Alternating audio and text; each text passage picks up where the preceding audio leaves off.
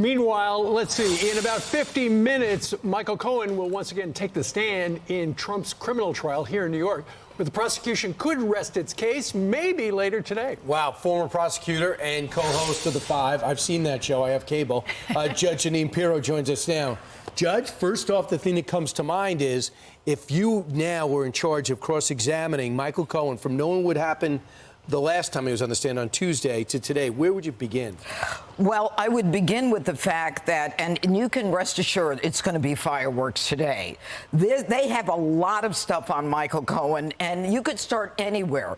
One of the most important places to start, though, is with laying a foundation for Costello's testimony that we've heard. Costello testified apparently before a hearing, and we knew this from a couple years ago, that Michael Cohen said, I cannot go to jail. I will not go to jail.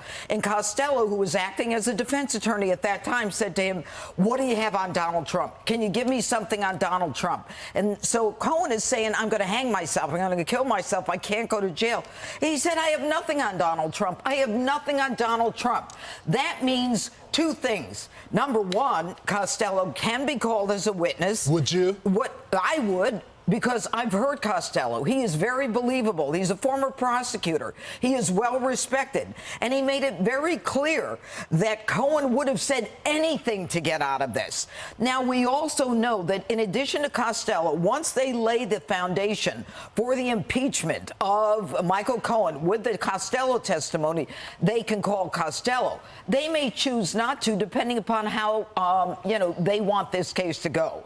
But this is going to be a very different day from Tuesday. Tuesday was just kind of, closing out the day to come in today and do all the hits. Look, this guy, Cohen, is the architect of the whole scheme.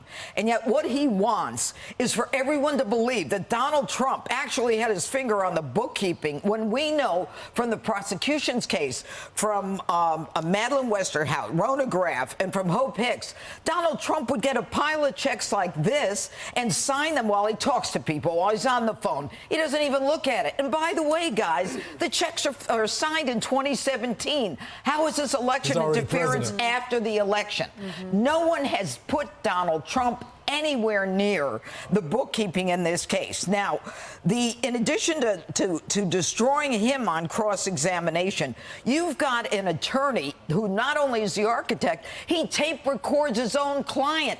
This is a guy who's not just a liar. He is more than that. And he says he does it for the benefit of the client, but doesn't tell the client. But did he lie again, as Jonathan Turley said? Yes, when he said, I did it to protect for David Pecker. I did it to protect Trump from David Pecker. Yes. There's no logic to that There's statement. no logic to anything. He says that Donald Trump belongs in a cage like an effing animal. Wow. He has no future unless he sinks Donald Trump. Well, we've been talking about Bob Costello. He's going to be on the channel just about 45 minutes from now. He said Cohen did all of this out of revenge. He was mad that Donald Trump didn't put him as AG or chief of staff. Well, there's no question. He has not just a history of lying, but he is also someone who's angry and who's vindictive. He thinks he's more important than he was.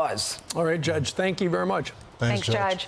I'm Steve Ducey. I'm Brian Kilmeade. And I'm Ainsley Earhart. And click here to subscribe to the Fox News YouTube page to catch our hottest interviews and most compelling analysis.